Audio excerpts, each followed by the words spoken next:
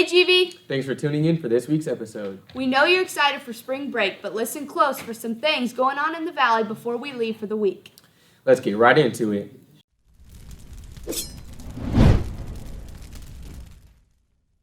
As we know, spring break is next week from the 18th to the 22nd.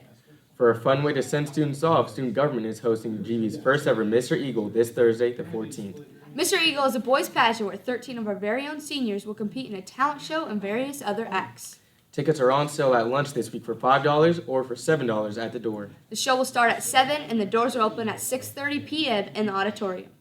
Be there. You won't want to miss it. Here's a sneak peek into some of the fun.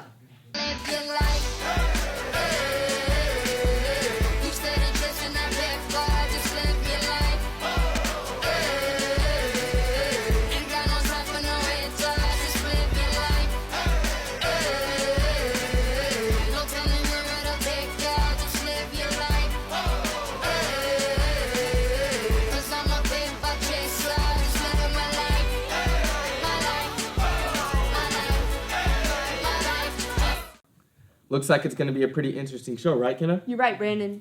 We've got a few other exciting things going on lately. Like last week, GV's DECA chapter went to compete with over 2,000 other chapters from all across Missouri. Huge congrats to Drew Melching and Andrew Gottman for qualifying for the DECA International Conference in Anaheim, California next month. Good luck, guys. FELA also has a state conference coming up in April.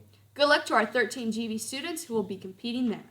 Stay tuned in for our coming episodes for our updates on our competitors. We have one last announcement for you today before we jump into getting educated.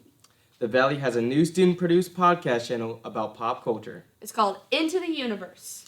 If you'd like to be a part of it, you can sign up with Mr. Carr for Valley Way Fridays.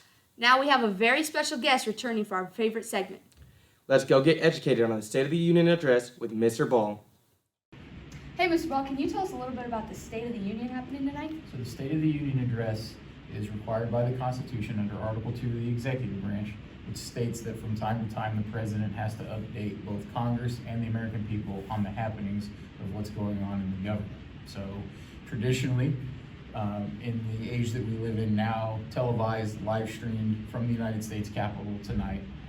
When the tradition started, Thomas Jefferson was the first to do it. He simply wrote a letter to Congress updating them on where he thought the government was at the time. Now we televise it and it will live stream and it will be seen not only by our country but all around the world. I didn't know Thomas Jefferson was the first to do that.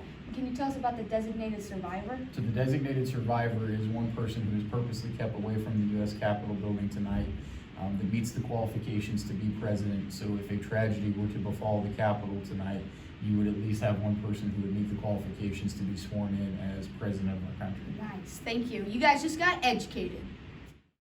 Thank you, Mr. Ball, for always keeping us up to date. Now, before we go, we wanted to share some things with you about pushing through the rest of the school year. As we're almost halfway through the second semester, coming back from spring break can be a bit difficult.